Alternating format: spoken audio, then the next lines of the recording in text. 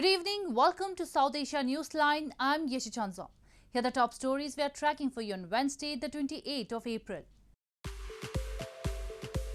6.4 magnitude earthquake strikes India's northeastern Assam, damages buildings. US lawmakers fear dark future for Afghans as troops leave.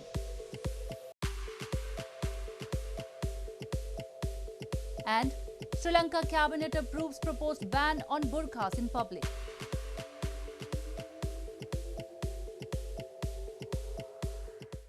And now for all the details. A powerful earthquake of magnitude 6.4 jolted India's Assam state and other parts of the northeast region on Wednesday morning, but there were no official reports of casualties. The quake hit at depth of 21 miles near the town, some 86 miles north of the main city of Guwahati. An earthquake of magnitude 6.4 struck India's northeastern state of Assam on Wednesday, causing cracks in the walls and floors of some structures, but there were no official reports of casualties. The quake hit at a depth of 21 miles near the town of Juli, 86 miles north of the main city of Guwahati, the United States Geological Survey said. Assam Chief Minister Sarbananda Sonowal taking to Twitter asked citizens to remain alert. लोग पूरा damage हो गया है अभी हम लोग तुरंत shift कर रहे हैं दूसरे जगह मतलब ये यहाँ पे कंडीशन नहीं है मतलब रहने के लिए तो अभी हम लोग शिफ्ट ही कर रहे हैं उधर गाड़ी लोडिंग हो रहा है हम लोग का अभी देखते हैं कितना सेफ्टी होता है नहीं तो दूसरा झटका आएगा तो ये गिरेगा ही मतलब बिल्डिंग पूरा वो तो अभी देखना पड़ेगा कितना बिल्डिंग क्रैक हुआ है अब तक तो खबर तो काफ़ी बिल्डिंग का आया है अभी तो देख रहे हैं अभी तो 3 बिल्डिंग तो हम लोग देख चुके हैं Strong tremors also repeatedly struck other northeastern areas and the neighboring mountainous region of Bhutan. Earlier, the European Mediterranean Seismological Center had put the quake's magnitude at 6.2. India touched another grim milestone as the overall deaths in the pandemic crossed the 200,000 mark as shortages of oxygen, medical supplies and hospital staff compounded a record number of new infections.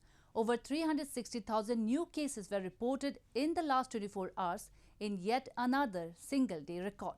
Meanwhile, the registration for the next phase of the COVID-19 vaccination drive for citizens above 18 years of age began on Wednesday. India's toll from the coronavirus surged past 200,000 on Wednesday, the country's deadliest day, as shortages of oxygen, medical supplies and hospital staff compounded a record number of new infections. The second wave of infections has seen at least 300,000 people test positive each day for the past week, overwhelming healthcare facilities and crematoriums and fueling an increasingly urgent international response. The last 24 hours brought 360,960 new cases for the world's largest single-day total, taking India's tally of infections to nearly 18 million. Hospitals in and around Indian capital said oxygen remains scarce, despite commitments to step up supplies. कि हर आदमी को लगता है कि कब पता नहीं क्या है कि किसी से आज बात हो रही है कल नहीं हो पाएगी या नहीं हो पाएगी तो ये 2 लाख भी हो सकता है 4 लाख भी हो सकता है 10 लाख भी हो सकता है अभी बहुत डर का माहौल है पूरे देश के अंदर और खासकर हम लोग दिल्ली के वासी हैं तो दिल्ली में मैं समझता हूँ कि दिल्ली का हाल तो बहुत ख़राब है दिल्ली में सिलेंडर नहीं है सिलेंडर की अटैचमेंट नहीं है Indian Prime Minister Narendra Modi on Tuesday chaired a high-level meeting to review the COVID-19 situation in the country and asked the officials to ensure rapid upgradation of health infrastructure. Meanwhile, from Wednesday, India will allow all above 18 to register for vaccination starting from May 1. About 800 million are estimated to become eligible. Vaccinations in the national campaign begun in January have averaged about 2.8 million doses a day since an April 5 peak of 4.5 million, government data shows. In news from Pakistan, Pakistani troops have been deployed in 16 major cities to assist civilian authorities in enforcing measures meant to curb the spread of the coronavirus, including the wearing of masks in public and the closing of non-essential businesses after 6 p.m. local time. This came as the country recorded its highest daily death toll in recent days since the start of the pandemic. An official said the healthcare system was nearing its breaking point. Pakistani troops on Tuesday patrolled the streets of Lahore city as the military were deployed to assist civilian authorities in enforcing COVID-19 restrictions. Soldiers were sent to 16 major cities to make sure residents wore masks in public and shops and non-essential businesses were closed after 6 p.m. The army, along with paramilitary officers and public forces, drove through the streets to check compliance to the rules. Military spokesperson Major General Babar Iftikhar announced the deployment in a televised message on Monday. The same day, the country recorded its highest daily death toll in recent days. Since the start of the pandemic, an official said the healthcare system was nearing its breaking point. Corona वबा के खिलाफ हिफाजती तदाबीर पर अमल दरामद और law and order situation की बुनियादी जिम्मेदारी civil इदारों की है। पाकिस्तान आर्मी इमरजेंसी रिस्पॉन्डर्स के तौर पर वबा के फैलाव को कंट्रोल करने के लिए दीगर कानून नाफिज करने वाले इदारों की भरपूर मुआवनत करेगी। Pakistan has recorded 17,530 deaths and 810,231 cases so far and is in the midst of a third wave. Pakistan Prime Minister Imran Khan on Tuesday indicated that the government might go for complete lockdown in coronavirus-hit cities and stressed the need for smooth supplies of food items during lockdown. U.S. Special Envoy Zalmay Khalilzad on Tuesday testified before the Senate Foreign Relations Committee on U.S. policy in Afghanistan, where lawmakers questioned him about how Afghan women will be protected if Taliban takes control after American troops leave the country.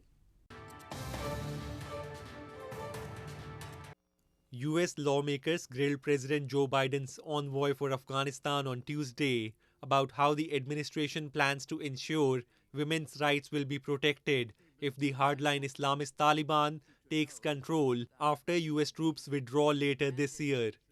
Zalmay Khalilzad, Special Envoy for Afghanistan Reconciliation, testified to the Senate Foreign Relations Committee at the panel's first public hearing on the administration's Afghanistan policy since Biden announced plans to withdraw troops by September 11 after 2 decades of war. Members of Congress, many of whom are skeptical about the plans to bring home the 2,500 remaining troops, worry the US departure would cede control to the Taliban, whose 1996 to 2001 rule severely curtailed activities for Afghan women. We intend to maintain our embassy and will continue to provide development assistance, promote economic investment, and advocate to preserve the gains for minorities and for women, including their meaningful participation in the ongoing negotiations and their appropriate representation throughout society. The international community has poured billions into Afghanistan's development since the Taliban was driven from power. Women have been underrepresented during peace talks, despite promises that they would have a place at the table. The September 11 deadline, which marks 20 years since the attacks on the United States that prompted Washington to go to war in Afghanistan, extended the US presence there beyond a May 1 deadline negotiated under former President Donald Trump. In news from Sri Lanka, Sri Lanka's cabinet has approved a proposed ban on full face covering worn by some Muslim women on national security grounds. The wearing of the burqa in the majority-Buddhist nation was earlier temporarily banned in 2019 after the deadly Easter Sunday attacks. Sri Lanka's cabinet has approved a proposed ban on wearing full-face veils, including Muslim burqas in public, citing national security grounds despite a United Nations expert's comment that it would violate international law. The cabinet approved the proposal by Public Security Minister Saradvira Sekre at its weekly meeting on Tuesday. The proposal will now be sent to the Attorney General's Department and must be approved by the Parliament to become the law. The proposal could be easily passed as the government holds a majority in the Parliament. Veera Sekre has called burqas, a garment that covers the body and face worn by some women, a sign of religious extremism and said a ban would improve national security. The wearing of burqas was temporarily banned in 2019 after Easter Sunday suicide bomb attacks killed more than 270 people. Two local Islamic extremist groups linked to the Islamic State were blamed for the attacks at 6 locations, 3 churches and 3 top hotels. Moving on to news from Bangladesh. The Bangladesh government has extended the ongoing nationwide lockdown till 5th of May amid surging COVID-19 cases in the country. As of Wednesday, Bangladesh reported over 751,650 infections and more than 11,220 deaths. The authorities had earlier imposed a lockdown on April 5 until April 28. As part of the restrictions, shops and malls will remain open only from 10 a.m. to 8 p.m. Offices in both government and private sector are closed, but factories are allowed to operate. Movement of people is also restricted. As the holy month of Ramadan is ongoing, a maximum of 20 people can offer prayer at one time in the mosque. Public transport, including railways, buses, waterways and flights have been suspended. Meanwhile, Bangladesh government has also closed its borders with India from Monday till the next 14 days. However, trade through the borders will continue. Amid a spike in COVID-19 cases and acute shortage of medical oxygen across India, several humanitarian organizations and individuals associated with the Sikh community have come forward to arrange and provide free oxygen cylinders to those gasping for breath. Have a look. Amid the spike in COVID-19 cases and the subsequent shortage of medical oxygen across India, 2 Sikh youth organizations in western Maharashtra state have launched a call center providing free oxygen cylinders to those in need. Members of the Malabar Hill Sevak Jatha and Mulan Sikh youth have collaborated with Red Crescent Society to help with the oxygen crisis in Mumbai city.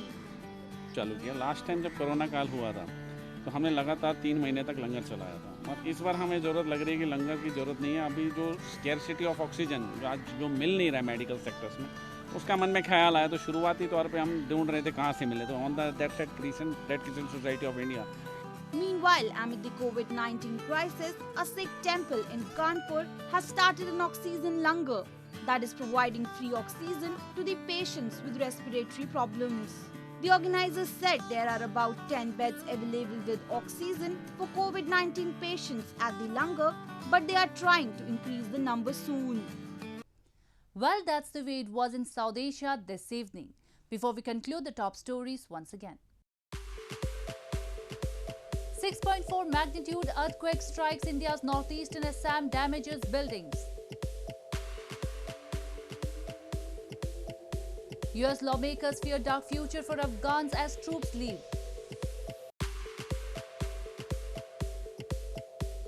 And Sri Lanka cabinet approves proposed ban on burqas in public.